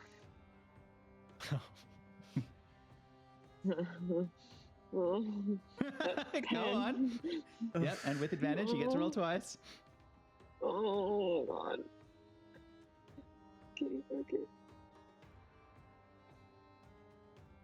14. Okay, 14. He looks unsure. He has a very specific remit, which is to create revels here in the Motherhorn. And what you are asking him to do is technically allow you, the guests, to leave. But he also knows that Endelyn despises him for not bringing two things to him, which is true tragedy and innovation, because she is so bored with the acts that perform at the Motherhorn, and you are sort of offering both. So he looks uncertain and he says, look, I can open the gates. I can give you safe passage. I can even call off the peritons that circle here that protect this castle from outside. But I can't get you the pixie dust that you're going to need to fly out there and to bring any sets pieces with you. Pixie dust is it sounds like it's ground up pixies. It's not, but it's a dust that allows things to fly in the Feywild. And he's like, you're going to need to requisition that from the dame's private supply. But if you can convince her to give you some, then I suppose I can get the rest of the activities together. I'll need a few hours to prepare, but we should be ready for tomorrow's performance. Well, Excuse all you me, can do is try. But I'm Excuse me, sticking stage fright. Yes. It is my understanding that this world is built on reciprocity. Is that correct? And the rules here, one of those rules is reciprocity. What will you know about reciprocity? You're not a Feywildian. He's looking very unsure, though. He's acting tough, but We're very knowledgeable. We're very smart people. I think if you look in your pocket there, you'll notice a boon that I did give to you earlier in the evening. I don't know what you're talking about. He puts his hand in, looking, and next to his pocket watch, he pulls out, and it's a small wooden token with an Aarakocra face on it. And he looks at it, and he's like, Oh, you've accepted that. That's nice. What a nice yes. present. A boon given, perhaps a boon returned. If you could get the pixie dust for us, that would be much appreciated. He looks furious, wretched, and terrified, but you've got him by the laws of the fairy court. As dictated by the Summer Queen an aeon ago, reciprocity must be acknowledged, and to not offer what you request back would be a sin to him. So he looks at this wooden token, which he wants nothing more in the world but to hurl into your face, puts it back into his pocket, and he says, she could kill me for this. You do understand that? What you're asking me to do? Come with me. And with that, he spins around on his heel and walks off, allowing the five of you, if you want to follow him. Let's Absolutely. go. Hurrah. I Ben, follow, yes. Yeah. Let's do Very cool use of the three laws Yeah, of the that was Feywild. really cool. That's a Yeah. dice of inspiration. So not only thank you. did you get that, but you have a dice of inspiration for that. That is an excellent, excellent use of the law of reciprocity. So he stalks forward and heads towards the uppermost tower of the Motherhorn, which juts out. It's part of the balcony that you saw before, but it goes higher and higher up into the spire, the lattice work of lightning rods leading towards its groaning first floor. And there is a portal with a scowling face built into the brickwork that looks like just a mural, like a 3D mural of a scowling ogre face. And he takes his staff and he wraps the head of it 3 times on the face, and the face opens into a huge grin, and the mouth is a portal that you can now walk through. As all of you can, he walks quite easily as a goblin, but I'm afraid the rest of you sort of have to stoop down low to get through this portal, and then you can see that there are stairs leading up and up and up. He's very, very uneasy about this, and he gets more and more scared as the stairs continue to climb until you're about 3 stories up, and all of you are on a terribly tiny, narrow balcony, and there's a doorway leading in. And he turns and looks at you, Burrow, and he goes, the mistress is sleeping. Now she keeps her reservoirs of pixie dust in the shelves beneath the wardrobe that she likes to sleep in. Now, if you enter her room and you open the wardrobe, you will find a drawer at her feet. Open the drawer and take only the small paper, one of the small paper pouches that you find. Nothing else. Do not look at the walls, do not touch the walls, and whatever you do, do not look up above your head. Do you understand? She sleeps in a wardrobe, which is strange. and there's a drawer in the bottom of the wardrobe. I open that and take out the paper packet. Nothing else. Now, I would suggest only one of you go in, but of course it's up to you. I've brought you here, and I have fulfilled my duties under the law of reciprocity. The rest is up to the 5 of you. Laura, did you want to go in? Don't look in the bins. Promise me. Look at me. I will do my very best to not be distracted by the bins. Okay. If there are any bins. There won't be, and if there are, there isn't. All right. I can certainly try. The figure of stage fright takes a key, and he winds it 3 times in the door, and there's a click, and it opens slightly, and instantly you hear a very loud hissing sound coming on the other side of it. And he looks at you and he says, "This door will lock itself again in 10 minutes' time. I'm out of here. The mouth at the foot of these stairs will close in an hour. I'll see you for your performance tomorrow." With that, he stalks down the stairs, clearly wanting nothing to do with essentially robbing his mistress's room. And off he goes. You're now by yourselves, by the balcony, by the unlocked door to the private chambers of Enderlin Moongrave. Am I going in? Does anyone else want to try? Look, I'm not very athletic. I'm just chilling by the door. I'm cool. Look, one thing I can do to help you out, though, Oh, I'm going to cast Silent Image to create an illusion over him so that he looks like stage fright. Okay, great. So you cast Silent Image, and he takes the form of stage fright. That Silent Image isn't quite the same as Disguised Self, so it's not going to work from all angles, but from above is what you're saying. Is that what you said? Yeah, that's a good idea. Yeah, No, I thought that's what you said. Yeah. So I'm just trying to make him look like stage fright so that if the mistress does happen to wake up and look at him, I was just trying to cover him in pick an angle, and you can project an image that looks like stage fright. I'll say above. Okay, from above. So, Buru, you open the door, and as you do, the hissing gets louder and louder and louder. But the room isn't full of snakes or anything like that. In fact, as you sneak into it, it looks like a quite out of place, beautifully appointed bedroom. There's a poster bed that looks like it's never been used. There's a writing desk. There's quite sumptuous wallpaper. There's lots of beautiful hanging cloths, little odd tables with silverware. And at the far end of the room, you can see a basket for a dog and a huge white wardrobe with a glass paneled front, and snaking out around it, creating the hissing sound, is a wall that is full of hourglasses, all of them mounted on the wall, and every time one of them finishes, there's a mechanical clicking sound as it turns around again and starts anew. The entire back wall is full of what seems like a constant stream of time.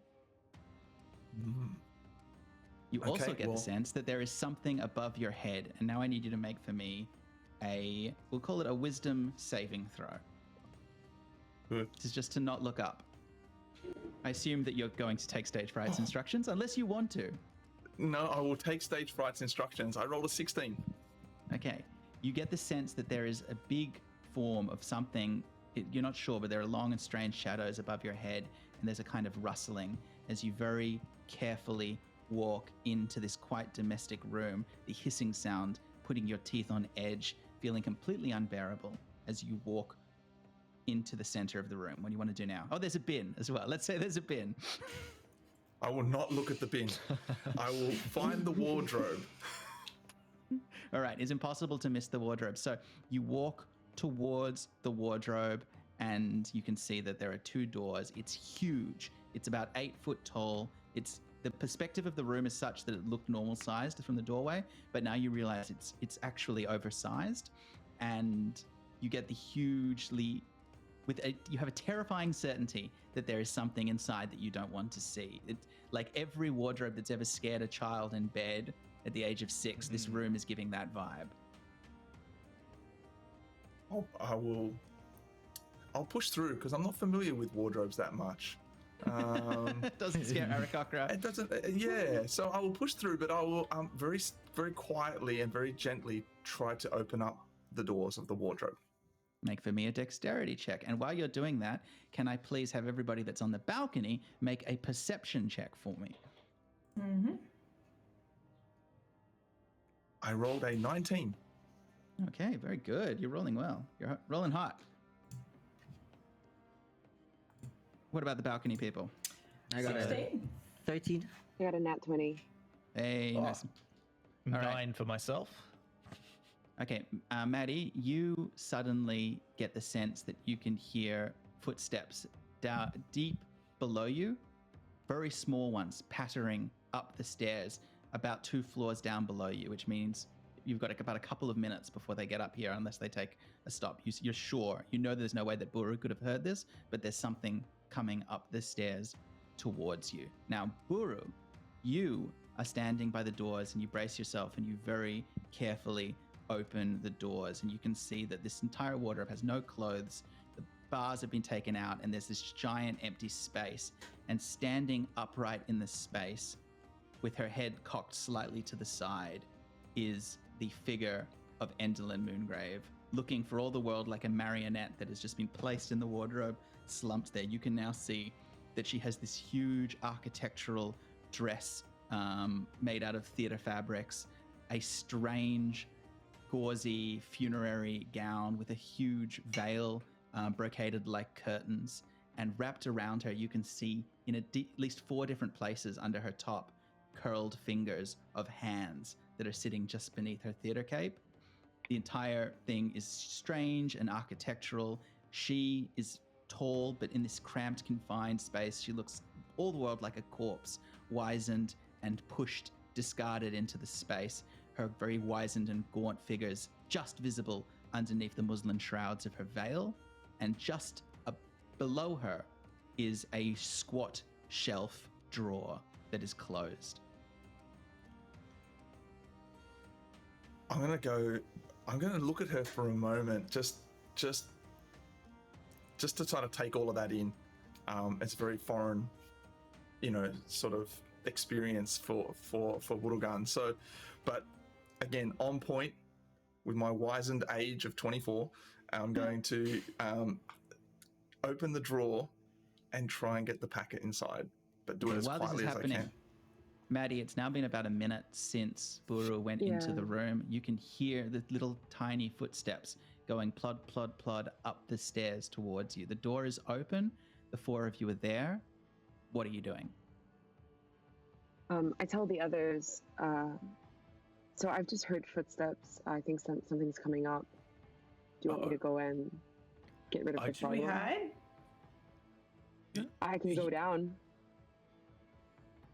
I can let Buru know.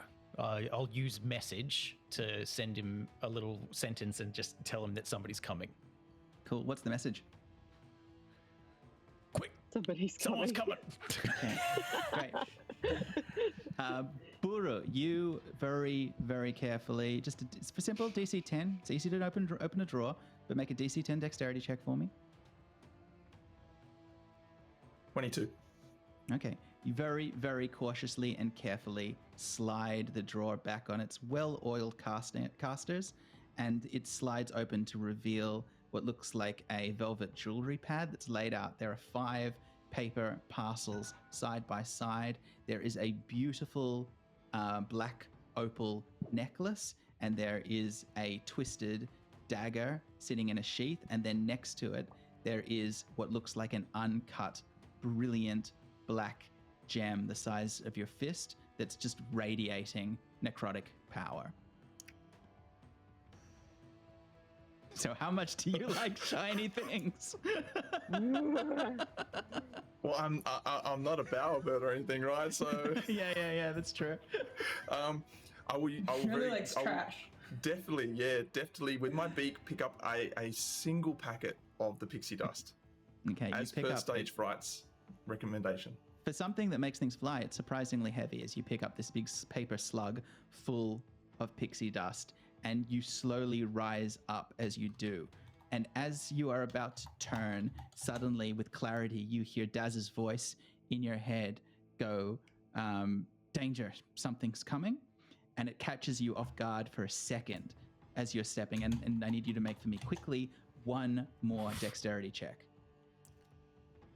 22. 22. You managed to, you're just about to graze your hand against the shriveled hand of Endelyn Moongrave, but you jerk your hand back and try to hold your balance as you almost overcompensate and fall backwards onto her bed, but you manage to hold yourself and not touch the sleeping figure of the witch. But you, by destabilizing yourself, you sort of thrust yourself at an awkward angle so that your head is just inches from the front bustle of her strange architectural dress, and she shifts in her sleep, and suddenly Calliope music starts to play as the front of her dress opens slowly and mechanically, like it's being wound up by a wound-up doll, and you can see that there is a tiny stage inside the dress, and there are little figures on the stage as she shifts in her sleep, completely, it seems, oblivious to the image that she's showing you. And now, can I ask Josie, George, Dan, and Maddie to very quickly just take your headphones off? Oh, I will wave to you. I will wave to you. Okay, everybody good? You see a little play, and it takes you a second to realize what you are looking at, but you can see that there are figures, and each of them represent one of you. There's a tiny little Daz, a tiny little Shelby, a tiny little Danzoth, and you can see what seems to be all of you performing some kind of performance in front of 8 spires that you can only assume are the Fey stones, the Fey beacons, and then lighting one by one, and then a portal in a lake between them opening up, and all of you looking at each other, holding hands and preparing to jump into the lake. And at that moment, the figure of Katana, while you turn to jump, suddenly pulls out a knife and stabs it into the back of the tiny little puppet that's you, and your eyes go red and you fall down dead as the portal closes. The rest of them escape, and the little slumped figure of you crashes to the ground of Yon. And then the little curtains close again, and the figure slumps once more, and everyone can put their headphones back on. Headphones back on.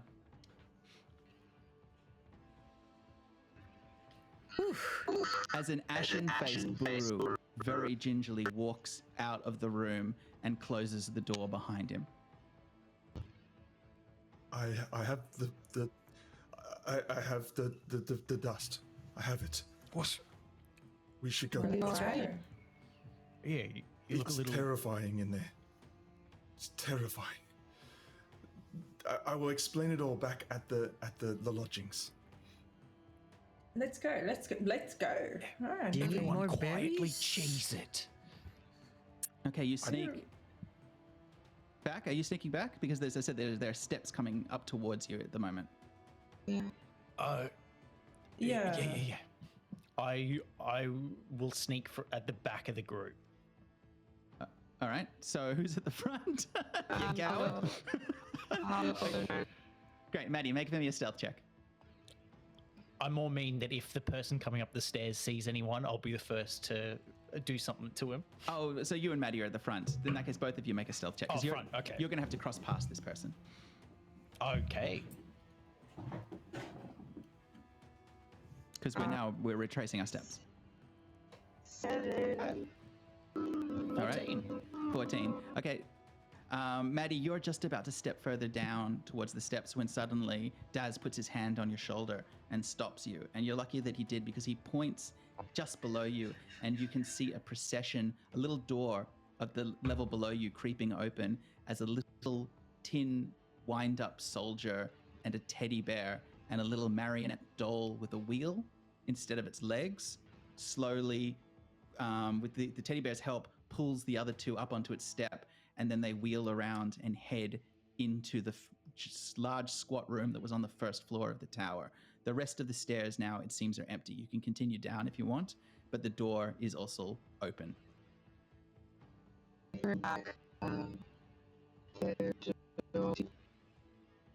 and we'll go through it. I'm definitely copping a peek. All right, you peek in and you can see a huge whirring orrery. This is a sort of circular balcony, and there is a giant, like a planetarium, artificial constellation machine, an orrery, clockwork orrery. And this one is massive, and gives the ground floor of the tower its squat shape. It's whirring and clicking and moving constellations of different planes and planets of strange shapes, stars, some very abstract, some looking very realistic. And as they spin and form constellations, then the shadows intersect with them. They all shine light on a central projector that is projecting runes of ancient Larosian runes, a very old type of magic, up into the air. I don't know if anybody here speaks Larosian, but in which case you don't, but you recognize it as a language of raw magic. Make for me, if you want, an insight check. I have comprehend language. Yeah, I'll try. Oh, who has comprehend language? I do. I can only read I got to be Druidic. able to tell people to get tickets. Yeah, that's true. Because you can comprehend Larosian, the 1,000-year-old language of the Netherese mages, in which case you get you can see that currently the letters that are projecting say, all of this shall come to pass when the hare reaches the summit. And then a second later it goes, a turtle swimming on a lake and sailors that do not know the doom that comes towards them. These are all small snatches of prophecies that are coming, winding them out of the orrery, and is obviously one of the ways in which Moongrave keeps track on the futures that she's trying to understand. The orrery is huge. You are on a balcony above it. There are goblins with brooms and also some goblins with tools maintaining it on the ground floor. Nobody has noticed you as the three little toys, the teddy bear, the wind-up man, and the marionette, all crawl up to the balcony and pull each other up onto it, and then just sit on the lip of the balcony watching the orrery, completely uninterested, it seems, in you. I tell the others what I've just read. Should we go back?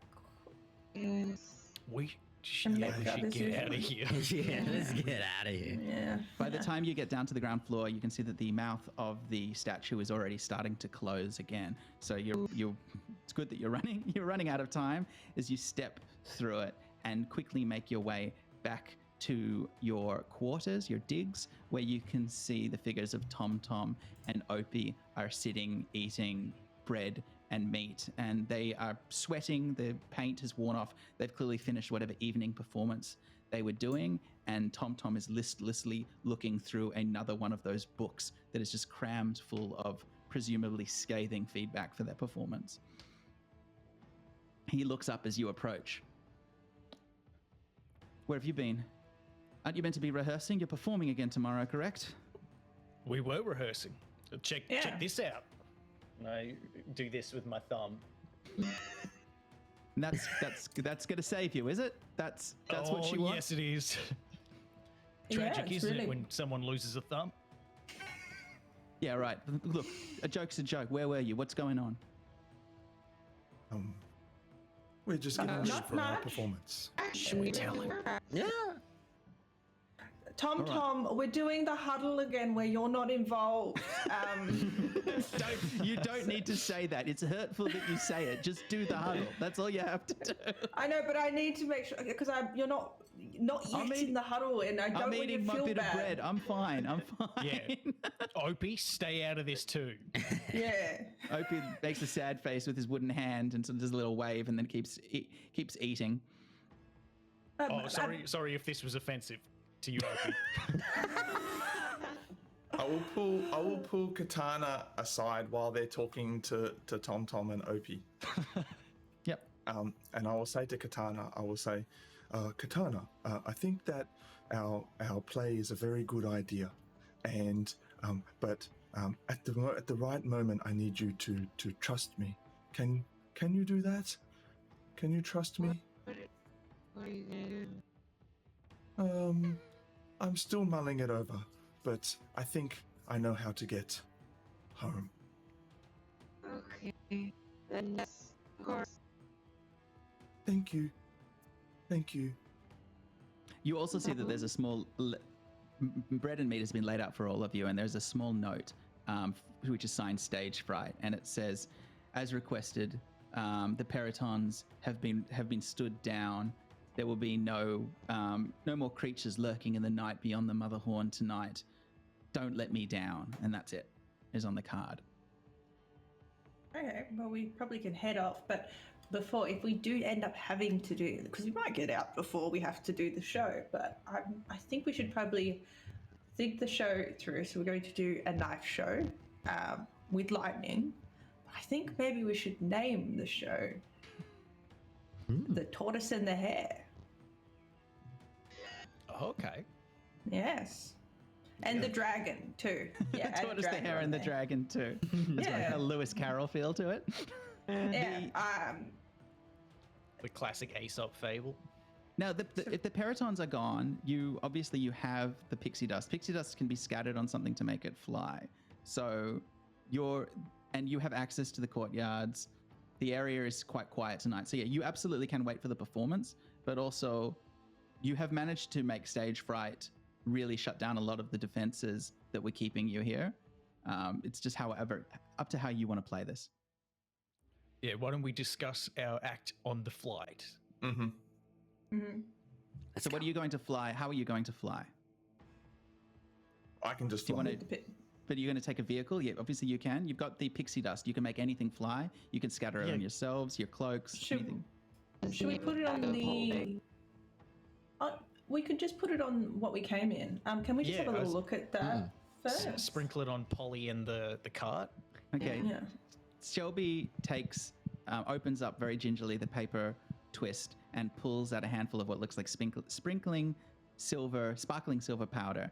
And she takes it, and first of all, she just sort of scatters it over the back of Polly, the old mare. And Polly turns around, quite happy it seems, as brilliant Pegasi-like wings sprout out, slightly ethereal, from either side of her as she looks continually happily, just chewing on her bridle, seemingly nonplussed by this. Taking some more of it, you take it and you scatter it over the side of the wagon, and the wagon shakes a little bit and then lifts up on its broken axles. And even though there's no wheels, it holds itself together quite nicely. Affixed as it is to Polly, the entire wagon now flies, as it sort of just sits in this giant dormitory near the doors to the courtyard. Well, get in. Let's go. Let's go. Yeah. Okay, so you all creep into the wagon as sort of OP, I guess, and Tom sort of look at you and wave, but it doesn't seem like they're invited, and that's fine. They can come up with their own way to escape, I suppose. We'll meet you there. Yeah, see you tomorrow. Meet you where? You said you were rehearsing. I really don't think you brought us into your confidence. As the five of you make your way out into the courtyard. And who's driving, just so I know? Sure, I'll drive. Not I'm too young to drive. All right.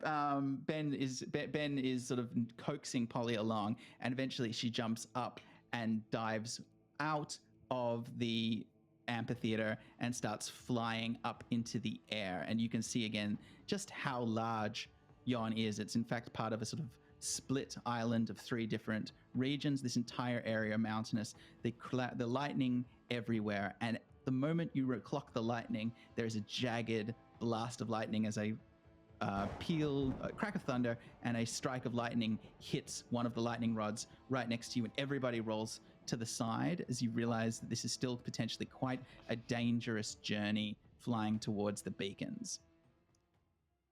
Now, are you so if you can make for me just quickly, I suppose we'll just call it, I think we'll call this a straight dexterity check for piloting a flying wagon across a moon-drenched sky.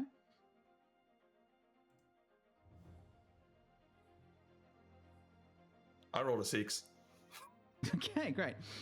You overcompensate the moment that the lightning bolt hits, and you roll, and the entire wagon crashes slightly towards the metal superstructure of the mother horn, and there is a pealing screech and then an explosion from one of the electrically driven light filaments that's powered by the lightning on the side of the mother horn, and there's a spark and explosion, and then a moment later a siren starts to sound as goblins race out into the courtyard screaming and looking up at you, but you're now flying a few feet up as you all race out away. Because you are of the small explosion, all of you take 7 hit points worth of damage, but you're able to sort of all stay onto the wagon and keep your way. And there's enough pixie dust that you're all sort of floating around the wagon, so it's not a huge concern about being thrown off it as you dive towards the Fey beacons.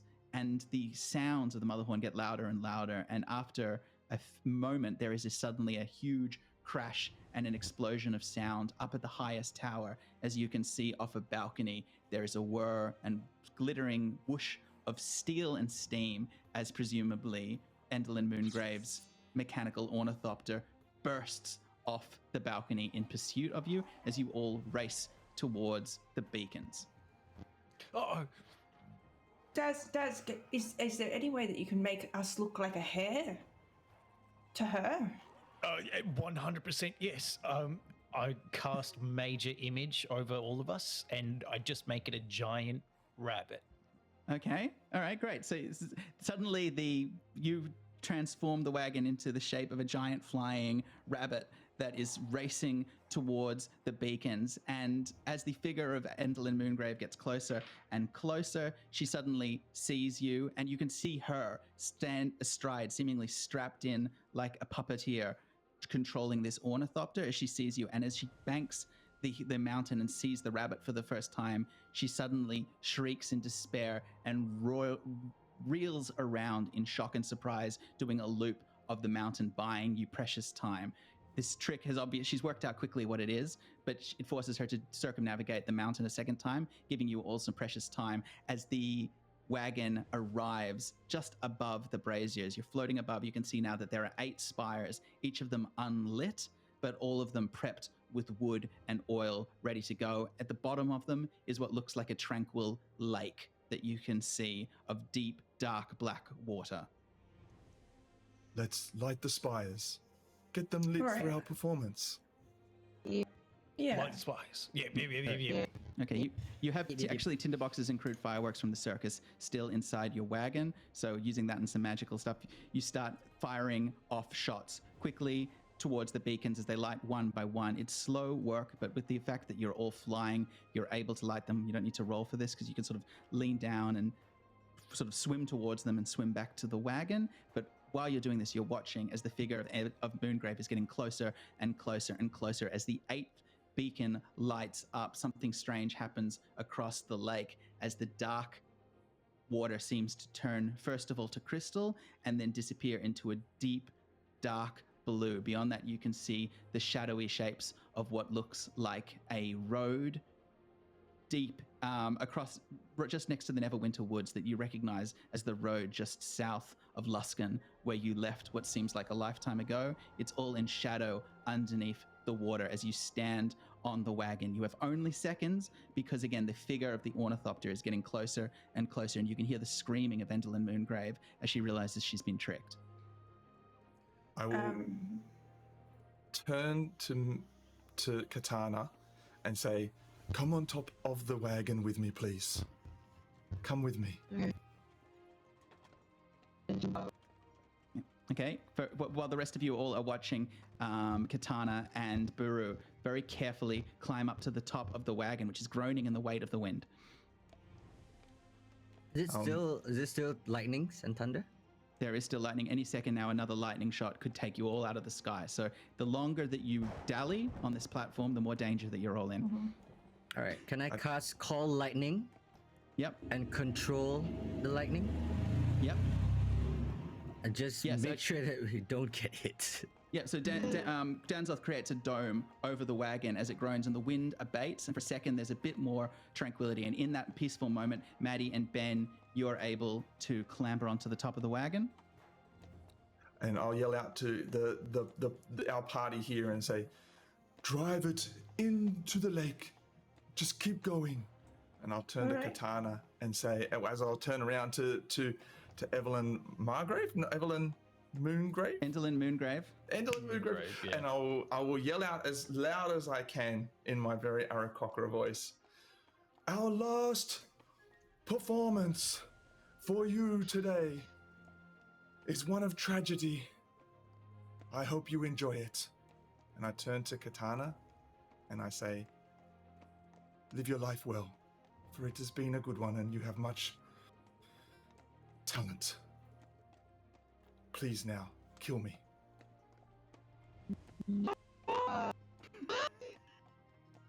It is the tragedy that will allow you to live.